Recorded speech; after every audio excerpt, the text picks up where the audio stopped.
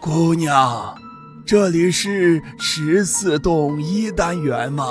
我被这突然出现的声音吓了一跳，回头看去，才发现是位大爷正站在我旁边。他佝偻的姿势抱着一个破旧的箱子，而透过箱子的缝隙里，我竟然看到了一只眼睛。一瞬间，我愣怔在原地。哎，那是什么？为什么要装在盒子里？我僵硬地指了指电梯旁的楼台。谢谢姑娘。他依旧咧着嘴，笑眯眯地看着我，那浑浊的眼睛四处打量着。电梯到了，就在我刷卡按楼层时，他也走了进来。我缓缓地靠向电梯的角落，余光也一直在观察着他。然而随着电梯的上升，他却迟迟没有刷电梯卡，也没有去按任何楼层。我心里越发觉得不安起来，忍不住还是问了出来：大爷，你是去哪一层啊？是不是忘记刷卡了？哦，我去1704送个东西。说着，大爷拍了拍怀里的盒子。他沙哑的话语让我感到冷汗直流。我僵硬地转过头，不再搭话，因为1704就是我家。我确定我根本不认识他，而且看他的样子也不是快递员，那为什么要给我送东西？眼看着电梯一层一层的上升，17层离我越来越近，我到底该怎么办？电梯缓缓打开，他先一步离开了电梯，我慢慢地跟在他的身后。可我并不确定他的目的是什么，所以我还不敢回家，只好躲进了一旁的消防通道。很快，一阵急促的敲门声传来，让我不自觉地有一种莫名的紧迫感。有人吗？我不敢想象，如果我直接贸然回家会发生什么。不知过了多久，声音渐渐消失，周围也是一片寂静。我悄悄探头向外看去，走廊外确实已经没有人了。我微微松了一口气，立马快步走到了家门口。然而，就在我开门的瞬间，一阵摩擦声传来，刚才那个诡异的盒子竟然就在我的脚下。我既好奇又害怕，紧张地蹲下身子仔细查看。这时我才注意到，箱子的侧面竟然就写着2个字：芊芊。这不是我的小名吗？就在我疑惑间，身后突然传来了一阵脚步声。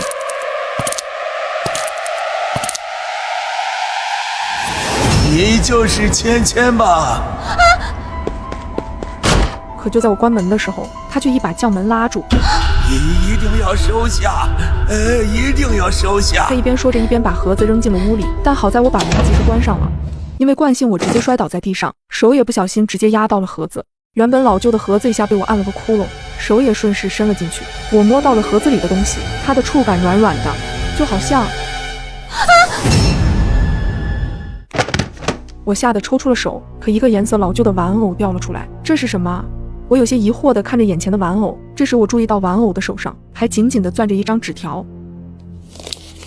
芊芊，生日快乐。这是爷爷写的。喂，芊芊啊，今年过生日来爷爷这里吗？不要去，那里没有好玩的。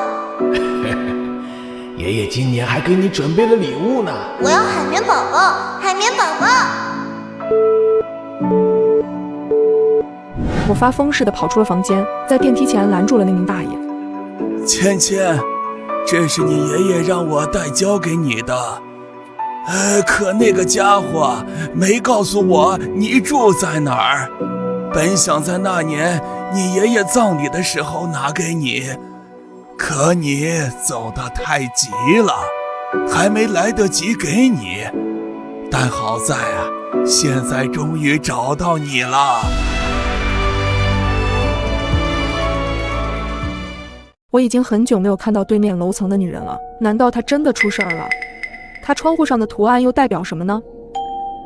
我是一个失败的小说作家，因为作品销量一直不佳，收入也得不到稳定的保障，被迫我只能搬进了这所廉价的公寓楼。也是偶然的契机，正当我在窗口思索剧情的时候，我看到了那个女人，她似乎没有拉窗帘的习惯，略显昏暗的灯光下闪过一个窈窕的身影，窗户里只看到她那修长的手臂将身上的衣服一件件扔在床上，很显然她是要去洗澡。于是我盯着对面无人的房间看了一阵子，那也是一间卧室，只是陈设十分简单，从这里看过去房间里的情况一览无余。一开始我感到有些不可思议，但时间一长，我也就自然接受了，毕竟我也是女人，就当作是同性之间的互相欣赏吧。某天我再次坐在窗口苦思冥想的时候，熟悉的景象消失了，他今天居然破天荒地拉上了窗帘。我原本以为他终于有了保护隐私的意识了，可1周过去了，我隐隐感觉到了异常，因为这段时间他的窗帘一直没有拉开过。甚至窗台上的衣服也很久没有收回去了。更不对劲的是，今晚我照例在窗口看着对面黑乎乎的楼层发呆，突然我注意到对面阳台的窗户上似乎多了一些图案，那是一个用深红色颜料涂抹上去的，乍一看甚至觉得像是人血，整个图案看上去歪歪扭扭的，毫无章法。这显然是慌乱之中画出的东西，但这到底是什么意思呢？情急之下，我甚至开窗探出头，换各种角度去看，这才终于有了眉目，一板一眼地念出了2个字幕 SO。 我被自己画吓了一跳，不由自主地打了一个冷战。他真的出事了吗？我紧张地想拿出手机报警，可转念一想，我又该怎么解释？我偷窥到对面窗户上有一个好像求救信号的图案吗？晚上我辗转反侧，这如果是真的，我怎么能见死不救？经过了一夜的思想斗争，我最终还是决定到他家去看一看。在去的路上，我一直祈祷着，希望这只是虚惊一场。跟随着楼上的邻居，我成功进入了他所在的大楼。我可以进来，那么其他人也可以。这么一想，便越发的相信自己的猜测了。我忐忑地站在房门前，轻轻地敲了几下门，下一秒，门居然被我缓慢地推开了一条细缝，门没锁。我推开了房门，有人吗？喊了几声，依旧没人回应。我缓缓地推开了门，似乎是因为窗帘被拉上的缘故，里面十分昏暗，什么东西都看不清。我咽了一口唾沫，回头看了一眼走廊，在确认无人之后走进了房间。屋里光线昏暗，我明明是来救人的，可却有一种做贼的感觉。我不敢开灯，只能用手机屏幕微弱的光照明。屋子里的地板上凌乱不堪，我一边回忆着通过窗户看到的情况，一边寻找着正确的方向，蹑手蹑脚地摸进了我记忆中的那间卧室。卧室里的情况令人触目惊心，原本整洁的床单变得又脏又皱，床单上还能隐约看到斑斑血迹。难道他真的出事儿了？种种迹象表明，他可能真的出事儿了。我本能地捂住了嘴巴，想着是不是应该先逃离这里，毕竟我多待一秒，危险就多上1分。就在我惶恐不安之际，一阵细微的呼吸声从身后传来，我僵硬地扭过了身子，却没有看到任何人影。下一秒，我几乎是疯了一样逃回了自己家。然而在我开门的瞬间，我发现门口竟然有一张褶皱的纸条，这显然是有人刻意塞进来的。我深吸一口气，顾不得擦去额头上的冷汗，猛地将纸条摊开，上面写着2个字：快跑！我一脸惊恐地坐在地上，这会是谁塞的纸条？我强迫自己冷静下来，当下最好的选择就是马上离开这里，然后去报警。可我不知该跟他们怎么说，这听上去就像一个荒唐的故事。我私闯了民宅，还发现了命案，可我却没有任何证据。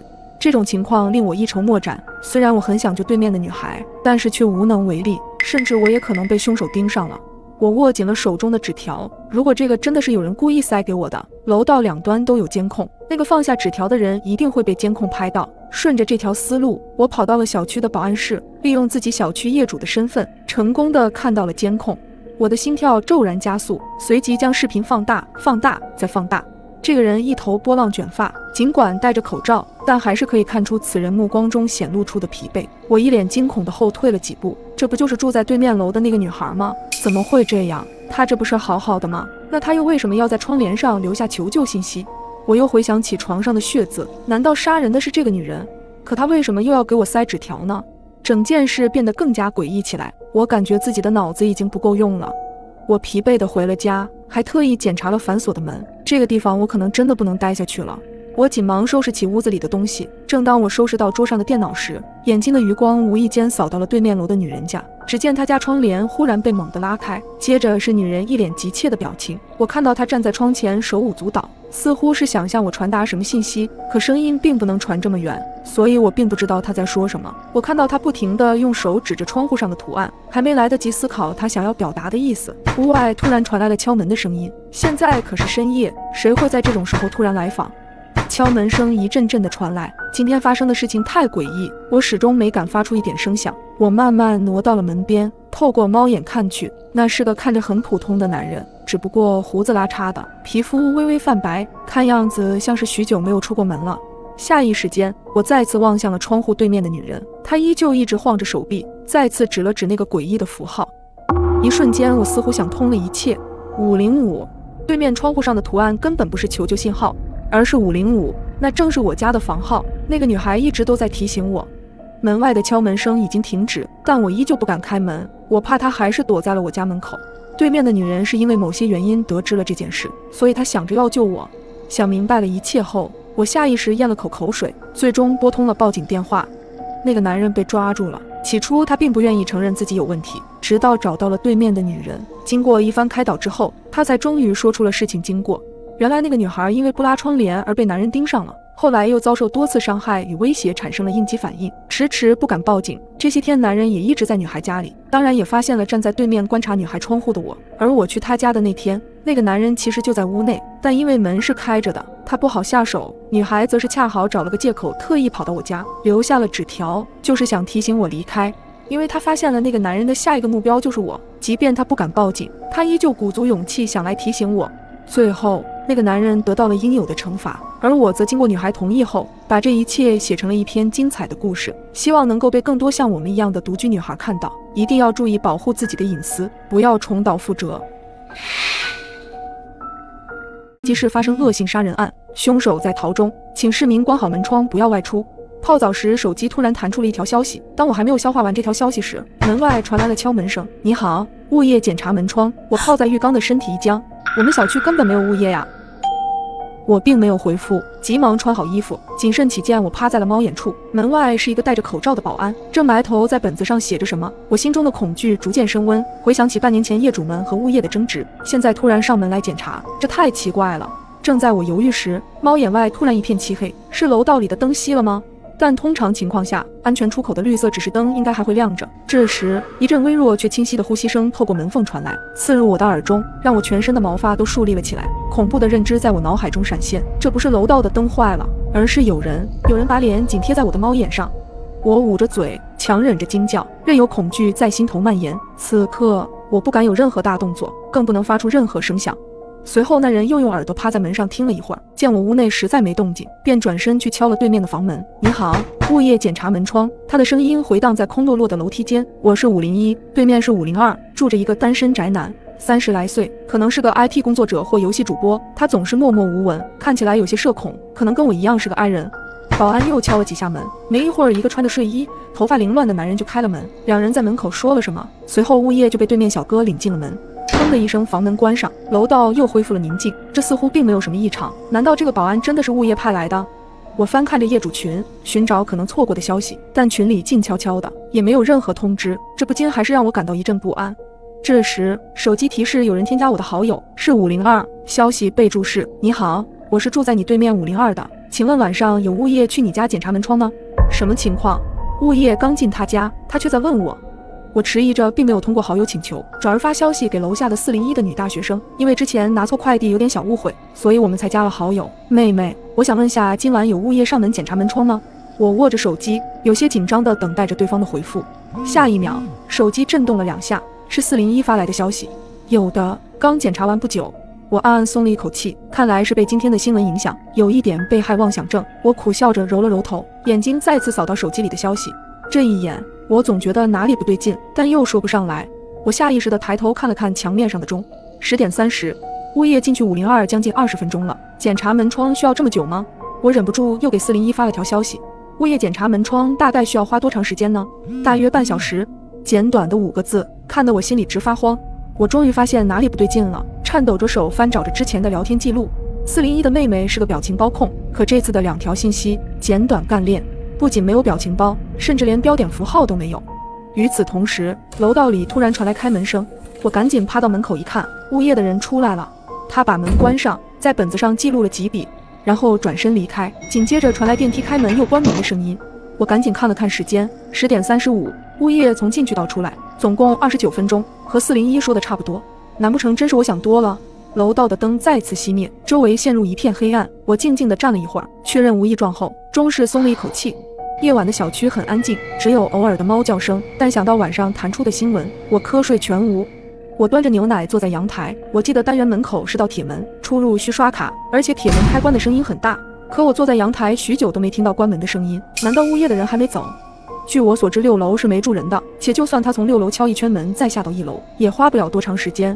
一个可怕的念头突然出现在我脑海里，那名自称是物业的男子还在我们这栋楼里。这时401的妹妹又发来消息，抱歉啊小姐姐，刚刚我在涂指甲油，没法拿手机，是我男朋友回的消息。这次有标点符号，有表情包。还没等我回复，他又继续发，小姐姐你看到今天的新闻了吗？好吓人，还好我们小区有物业的人上门检查门窗。对了，你还不知道吧？我们小区换了新物业，1楼的王叔就是物业队长。原来是1楼的王叔，那他不出单元楼就很正常了。我到底在想什么？我回复谢谢你啊，太晚了，快睡觉吧。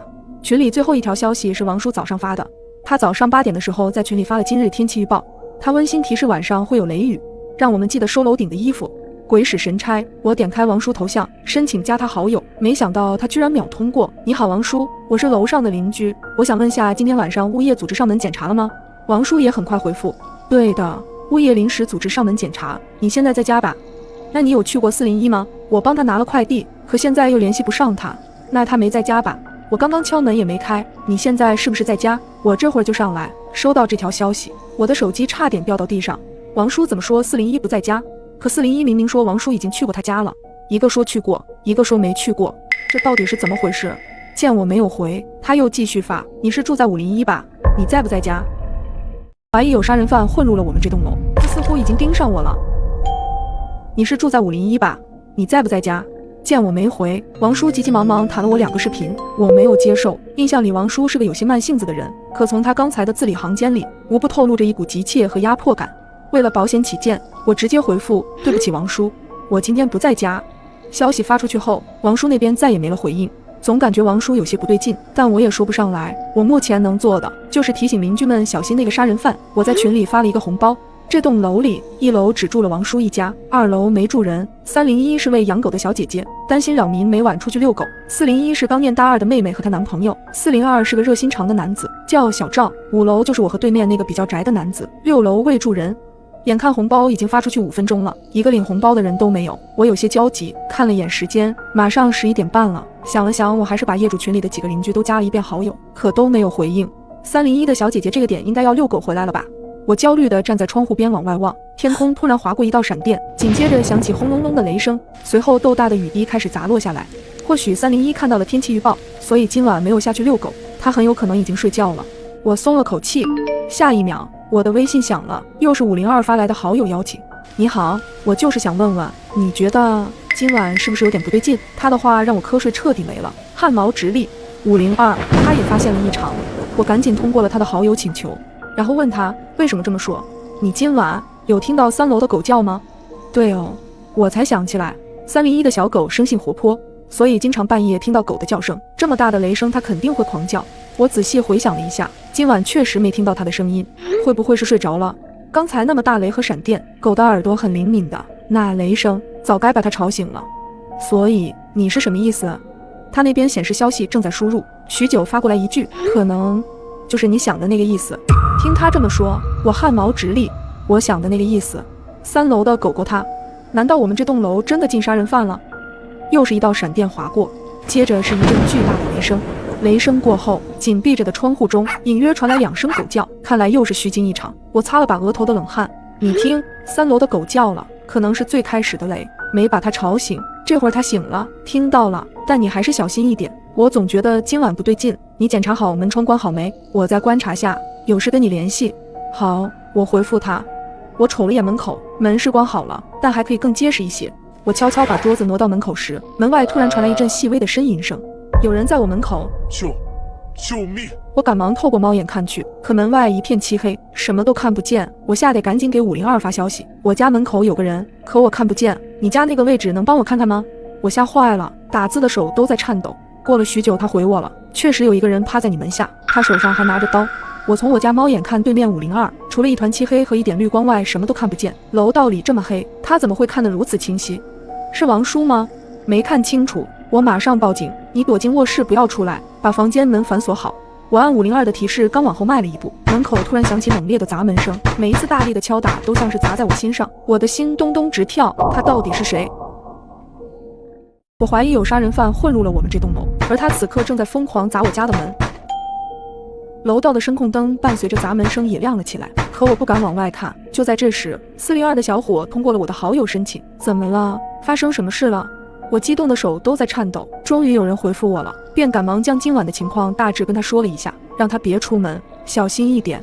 402的小赵年纪不大，25、26的样子，平时会晨跑和健身，是个身强力壮的年轻小伙。这下即使是敌人在暗，我们在明，胜算也大了些。我还告诉他，在我门口的人可能是王叔，我让他千万别出门，只要不出门，等警察来，我们就没事了。可402却慢悠悠回复我一条：什么王叔？他刚刚不是还来我家检查门窗吗？我上来看看。502说门口那人手上是有刀的呀。我怕402上来受到伤害，连忙阻止：哥，别上来，他有刀，你去看看新闻，今晚麻集市发生凶杀案了，凶手到现在还没抓到，很有可能就是门口那人啊。那有点刺激，这不是行走的一等功吗？你放心妹子，我练过的，他有刀，我也有啊，我还正当防卫呢，你别怕。你刚刚不是说502也在家吗？你让他帮我吸引一下注意，我绝对能制服他。平时只觉得402的小赵是个精神小伙，没想到脑子确实挺神经。这种时候，他居然想着上来单挑，这个世界上怎么会有这种脑回路不太正常的人？你别上来添乱了，哥，他现在的目标是我呢，你就在家待着，你别等会儿把自己给搭进去了。可那边再也没了回应，这小子不会已经收拾东西上来了吧？我赶紧将这件事告诉502，502同我一样，气得连发3个问号。门口的砸门声还在继续，知道有人要上来后，我好像也没那么害怕了，便大着胆子往猫眼方向看去，可没想到竟然不是王叔。门外的人头发凌乱，浑身上下都是血，他是楼下401妹妹的男朋友小斌，他的手上确实拿着一把刀，通红的眼睛一直瞪着我家门的方向，楼道里的灯随着他的动作忽明忽暗，画面看起来很是诡异。在我印象中，小斌是个斯文的男生，怎么会变成这副模样？他身上的那些血是楼下妹妹的吗？难道他就是那个杀人狂？那之前说要上来找我的王叔又去了哪里？就在我胡思乱想时，电梯叮的一声停在了5楼。402的大哥不会神经到直接坐电梯上来的吧？门口的砸门声猛地停了下来，我再次透过猫眼看去，只见小斌慢慢靠近了电梯，电梯门缓缓打开，里面却一个人也没有。就在这时，小斌背后突然窜出一个人影，猛地一脚踢向浑身是血的小斌，两个人迅速扭打在一起。原本说好帮忙的502迟迟没有开门，我担心402会有危险，慌乱地拨打了报警电话，问帽子叔叔为什么还没有来。不好意思，女士，之前我们并没有接到麻吉小区的报警电话。502并没有报警，他为什么要说谎？等等，我猛然想起小斌敲我门的眼神，他的眼神不是暴怒，不是杀红了眼，似乎是害怕。他在害怕什么？我看到他们扭打后被扔在了一边的东西，是那把刀。我看得并不清晰，可502究竟是怎么在一片漆黑中看到小斌手里拿着这把小刀的？就在这时，楼梯间闪过一个人影，定睛一看，竟然是502。他不是在家里吗？瞬间，整件事变得清晰起来。王叔半夜收到消息说麻吉市发生恶性杀人案，凶手没抓到，所以接到通知要连夜检查小区内业主的门窗。他是从楼下往楼上开始检查的。最开始他确实检查过301、401、402，然后来到了我家，因为我在洗澡，加上心理恐惧，就没有给他开门。于是他去了502，进入502后，王叔意外地发现对方就是杀人狂，所以被残忍杀害。而后走出来的那个人其实是换上安保衣服的502，他直接去了401。小斌也是在慌乱之中逃到了我门口。我猛地冲出房门，大喊道：我们都被骗了，502才是凶手。声音一出，在他们都愣在原地的片刻，我趁机将手中的辣椒水直接喷向了502。就在502看不清的时候，402和小兵也缓过神来，跑上前将502制服。没过多久，帽子叔叔就赶了过来。看到帽子叔叔，想到这一晚的惊心动魄，我终于松了一口气。你有没有一谈恋爱就消失的朋友？我就有一个，但我感觉他最近有些不对劲。起初是他发的一个朋友圈，我就说炸鸡什么的还是半夜吃才香。配图是一桌的炸鸡薯条，虽说深夜放毒没什么奇怪的，但是他是一个健身博主，对这类高热量的食物从来都不碰的，怎么会发这些呢？我打开了对话框，对他嘲讽道：果然女人一谈恋爱就会变啊。对方很快显示正在输入中，可等了很久依然没有消息发过来。我看了眼时间，已经半夜12点多了，怕是我耽误人家亲热了吧，索性我就没有再继续发消息了。快吃吧，一会儿就凉了。没过几天，我坐地铁时又刷到了他的朋友圈，你就是我的宝藏男孩，这辈子认定你了。配图是两人的贴脸合照，这还是我第一次看到她男朋友，帅气阳光，闺蜜也笑得很灿烂。我赶忙在下面评论：这恩爱秀的，啥时候也让我见见啊？他也很快回复：会有机会的。然而当我眼睛再次扫到消息的时候，总觉得哪里不对劲。简短的5个字看得我很疑惑。他之前每次发消息最后都会带个表情，为什么这次什么表情都没有？但转而想想，也有可能是她男朋友帮忙回复的，便没有在意了。茄子。直到朋友聚会的时候，他也一直没有出现。朋友们也都在吐槽他是个恋爱脑，谈恋爱了就直接玩消失，发消息也不爱回，打电话也不接，连视频账号也不更新了。我这才意识到，作为一个健身博主，他已经断更半个月了，这显然是真的不正常了。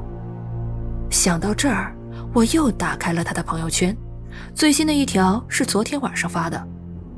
让我简直无语，这华夫饼又硬又难吃。配图是一个被咬了一口的华夫饼，我赶忙往下拉，一瞬间让我汗毛直立，我大喊着快报警！干嘛？到点了，该发朋友圈了。如果我遇到危险了，你可一定要救我啊！暗号就是第2个字。第2个字。我居然被绑架了！手脚传来的疼痛感让我突然清醒了过来。我发现自己正身处于一个陌生的房间，又臭又脏，斑驳泛黄的墙面上有许多暗红色的血迹。我吞了吞口水，下意识地想要站起来逃跑，却发现我的手脚都被绳子死死地捆住，而这一切都是因为那一片卫生巾。哎呦喂，快看看这个小瞎子，大姨妈来了！要不要我帮帮你？其中一个男人不怀好意，满脸狞笑地去扯盲女的裙子，盲女无助极了，不停地闪躲，因为身体的缺陷，好几次差点跌倒，嘴上不停地哀求着：“别碰我，别碰我！”这一幕让我怒火中烧，冲过去打掉了男人拉着盲女的手，站在了盲女身前。你们干什么？光天化日欺负一个小姑娘，还要不要脸？听到我的声音，盲女摸索着握住了我的胳膊，手心中全是冷汗。看着她惊慌失措的样子，我心生怜悯，恶狠狠地盯着那2个恶心的男人。你们再不走，我就报警了！我举起了手中的手机，两人不服气的冷哼一声，随即便转头离开了。姐姐，你能带我去卫生间换个卫生巾吗？我没带。盲女似乎意识到了自己已经安全，带着哭腔说道：“别怕，我带你去。”我扶着盲女向卫生间走去，盲女紧紧拽着我的手，生怕我会反悔一般。姐姐，你真是个好人。走进卫生间，我赶忙把包里的备用卫生巾递给了她。还愣着做什么？赶紧去换了。可是下一秒，盲女突然摘掉了眼镜，一脸诡异地瞪着眼睛看着我，眼里充满了戏谑和鄙夷。我心里咯噔一下，下意识地想转身逃跑，可刚走到门口，一条麻袋从天而降，紧接着我便失去了意识。我咽了口口水，惊慌地看向了四周，却发现周围还聚着好几个人，他们全都被绑着，表情漠然又带着些许绝望。就在这时，一个男人朝我走了过来，我拼命地冲他喊道：“你知不知道囚禁是犯法的？赶紧把我放了！”男人怪异地看了我一眼，抬手就是一耳光。抓回来的这些人属你最聒噪，一会儿就割了你的舌头。他的话音刚落，周围传来了一阵细微的惊呼，还有低气声。我被打得头晕目眩，心里怕得要死，不敢再和他硬碰硬，只能放低姿态祈求说：“放过我吧，求求你了！”闭嘴！男人再次扬起了胳膊，我认怂地闭紧了嘴巴。男人见我瑟瑟发抖，狠狠地啐了一口，扬长而去。走了几步，他猛地停下来，对着房间里的人发狠：“别耍花花肠子啊，要不然有你们好看！”房间里的人满脸惊恐，身体下意识地往后挪，仿佛面对的不是人，而是魔鬼。男人离开后，我紧紧抱着自己哭泣着。唉，旁边传来了一声叹息：“进来了这个地方，就别再想着出去了。”我抬眼望去，一个满脸灰色的中年女人压低声音说：“你们都是被拐来的吗？”大家不约而同地点了点头。我也是因为好心帮孕妇拎东西，结果被骗了。中年女人愤愤不平：“有个大爷跌倒了，我好心扶了一把，结果被他子女碰瓷儿，非得要去医院。我刚上车就被打晕了。”我吓得脸色煞白，牙齿不停地打颤。他们要把我们送去哪里？年轻一点的送去缅甸诈骗，上了年纪的打断手脚，割了舌头，做乞丐行骗。中年女人的话让我头皮一阵阵发麻，这个鬼地方太恐怖了，不行，我一定要离开。我们得逃出去，不能在这里坐以待毙。我颤抖着说完，便挣扎着站了起来，费力挪到了门边，用力地压下了门把手，可是门怎么也打不开。你想出去吗？一道戏谑的声音从身后传来，我吓得愣在了原地，余光瞟向了身侧，只见一个男人面目狰狞地看着我，咚的一声，我被他重重地摔在了墙角。既然你这么不听话，那下一个就是你了。我眼神恍惚，突然感觉头皮一麻，他拽着我的头发便往外走去，我满脸泪水不停地小声求饶。一阵砸门声传了过来，我感觉到头皮一松，随即倒在了地上。恍惚间，我看到了一群人出现在了我的面前。不许动！举起手来！善良是美好的品质，但不是坏人伤害你的帮凶。你可以善良，但要带着锋芒。如果你突然收到了陌生人的求救短信，你会怎么办？一连串的短信提示因在寂静的夜里突兀地响起，我随手看了一眼手机，竟然是个陌生号码。请你一定要相信我，我就在马己小区 A 幢1201，我被我老公囚禁了，他往死里打我，拜托你救救我。面对这一连串诡异的求救短信，我一脸的莫名其妙，稍加思索后，冷汗一下子冒了出来。我家就是 A 幢1201，可屋子里只有我一个人，哪有什么被囚禁的女人？多亏我平日里胆子大，否则肯定会被吓哭。尽管有些发慌，我依然在心里安慰自己，肯定是有人在恶作剧。直到那女孩说出了出租屋的陈设和布局，以及墙上的划痕和涂鸦时，我真的怕了，心就像打鼓一样砰砰作响。她说她就在这里，难道我遇到了阿飘？我下意识地想要逃离这个恐怖的地方，可他接下来的短信让我更加匪夷所思。拜托你别不理我，我才26岁，如果你不救我，我肯定活不过这个端午节。现在是正月，新年才过不久，哪里来的端午节？我强迫自己冷静下来，如果他是阿飘，完全可以直接对我下手，没必要大半夜给我发这么多条消息交涉。我犹豫了许久，终于回复了一句：你到底在哪儿？我就在大衣橱里。女孩的话让我毛骨悚然，我心虚地盯着距离自己不足2米的衣橱，因为白天我才刚搬进这个房子，衣服都还没来得及收拾，所以衣橱一直没打开过。我咽了口口水，生怕下一秒有人推门而出。深呼吸2下后，我蹑手蹑脚地走向了衣橱，猛地拉开门，里面空荡荡的。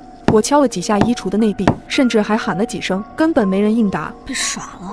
我不满地嘀咕了一句，女孩的求救短信依然对我狂轰滥炸，仿佛我不救她，她马上就会死掉一样。我有些急了，再次来到衣橱前，借着手机灯光，我竟然看到木质的衣橱上有指甲的抓痕，上面还斑斑血迹。从颜色看，似乎已经很久了。女孩的求救信息依旧在发，我甚至能感觉她的无助和焦急。突然，我发现衣橱下有个暗格，用力拉开后，里面有一个破旧的笔记本。我小心翼翼地打开，上面有星星点点的血点和被泪水淹过的痕迹。这是一本破损的日记，主人名叫苏玉，日记记录着苏玉被男友囚禁的每一天，页面残缺不全，不过可以看出记录的时间是前年。我粗略地看了几眼，最后一页的内容让我目瞪口呆。今天老公的朋友来家里做客，喝了酒的他大发善心，给了我一部没有卡的老款手机，让我玩游戏解闷。我知道时日不多了，心里怕得要命，根本没心情玩游戏。就在刚刚，这部手机上突然多出一个陌生号码，我激动不已，尝试着拨打号码求救，可惜没有卡，根本拨不通。我异想天开地发了消息，竟然发了出去。日记的记录时间是2021年6月13日10时21分，日期恰好是端午节的前一天。难道是2年前的苏玉在向我求救？这也太匪夷所思了。为了验证我的猜测，我大胆地回了一条消息：你是苏玉？我是。你怎么知道我的名字？我也不知道怎么解释。你那里的时间是2021年6月13日。是，拜托你一定要救救我，我不想死，求你了。别怕，我一定会救你的，相信我。我深吸一口气，放下手机的刹那，我惊奇地发现日记最后一页又多了一行字：谢天谢地，他竟然答应救我了。这种匪夷所思的事，竟然真让我遇到了。我迫不及待地打开电脑，搜索马己小区端午凶杀案的相关消息，可惜内容寥寥无几，并没有价值的线索。我很着急，多迟疑1秒，那个时空的苏玉就多一分危险。于是我拨通了房东电话，听到我问端午凶杀案的事情后，房东的语气都变了，紧张又惊愕。没有的事情，你别胡说八道。我只是想问一些细节，你如果不说，我就把你这房子是凶宅的事情捅出去，说你欺负我们外地人。我直截了当地说。房东架不住我的疯狂追问，只好开了口：前年端午的事情大约是白天8、9点钟。听到这话，我的心猛地一颤。那个时空的苏玉生命已经进入了倒计时。我也够倒霉的，刚把房子租给他们不久就出了这种事儿。女人的老公平日里待人很和善，没想到那么残忍。听警察说，女人喝了牛奶直接昏迷了，随后就被杀害了。房东的话让我毛骨悚然，我的目光不自觉地瞟向衣橱，倒吸了一口凉气。凶手抓到了吗？你是说她老公吗？自杀了。挂了电话，我觉得周围冷飕飕的，浑身都是鸡皮疙瘩。这个地方太过恐怖，我1分钟也待不下去了。就在我准备坐电梯下楼的刹那，我看到对面1202门板上有2道被利刃砍过的痕迹，突兀又诡异，我吓得差点喊出声，连滚带爬的钻进了电梯。等到我到了酒店时，浑身都是冷汗，我颤抖着双手把苏玉老公杀人的时间和方式告诉了他。我还在网上查了一些逃生的细节，也一五一十的发给他。我不知道能不能帮到他，可我能做的只有这些了。等了很久，苏玉也没有回复。就在我紧绷的神经慢慢放松时，手机突然响了起来。起初我总能听到隔壁传来断断续续的哭声，直到我透过墙上的小洞看去。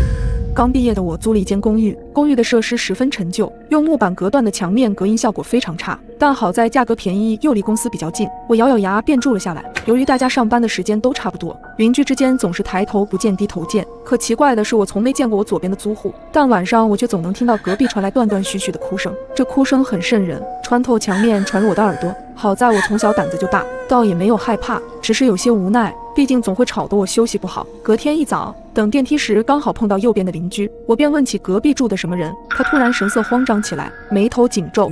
你问这干嘛？随后我把昨晚发生的事情告诉了他。我也不清楚。说完，他便阴沉着脸走了。莫名其妙，这是怎么了？看到他的反应，我不免觉得疑惑，他好像知道什么。这种疑惑也一直持续到下班回家。就在我快要睡着的时候，又响起了那个断断续续的哭声。我几日的愤懑也终于爆发了，用手哐哐敲着隔壁的墙。喂，你安静点吧，你不睡觉，别人还要睡觉呢。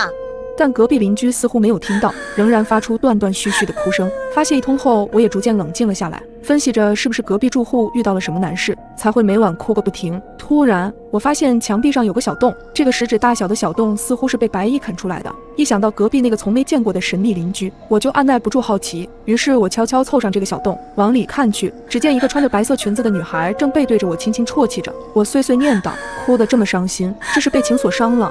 不久，那哭声逐渐消失了。出于好奇，我再次把眼睛凑了过去，然而瞬间让我冷汗直冒。我惊恐地盯着眼前的景象，无法自已。一双脚赫然出现，轻微的晃动下还伴随着可怕的呜咽声。一个不可思议的念头冒了出来，我吓得立马后退了2步，浑身被汗浸湿。我赶忙拿起了手机报了警，又颤抖着给房东打去了电话。喂，房东，隔壁404好像有人自杀了。房东应该是被我电话吵醒的，但也被我的话吓得不轻，带着刚睡醒的腔调说道：你睡懵了吧？404早就没人住了。什么？听到这，我身体不自主地颤抖起来，贴紧墙壁，眼睛死死地盯着面前的小洞，生怕下一刻会有东西突然钻出来，一咬牙就夺门而逃。不久，警察和房东就赶了过来。当打开门的那一瞬间，我吓得尖叫一声，因为隔壁的房间确实没有人，厚厚的灰尘根本不像我刚刚看见的场景一样。房东再次强调，一定是我睡懵了，看错了。次日一早，我赶忙找了新房子搬了家，而之后我再也没听到过这种声音。事情慢慢淡了，直到有一天，一则微信消息再次勾起了我这段回忆，是当时住在我右边的邻居，他告诉我他也搬出来了。你那隔壁房间，我听说之前有个女孩子上吊自杀了，从那之后再也没人住过。我看着这条消息，久久回不过神，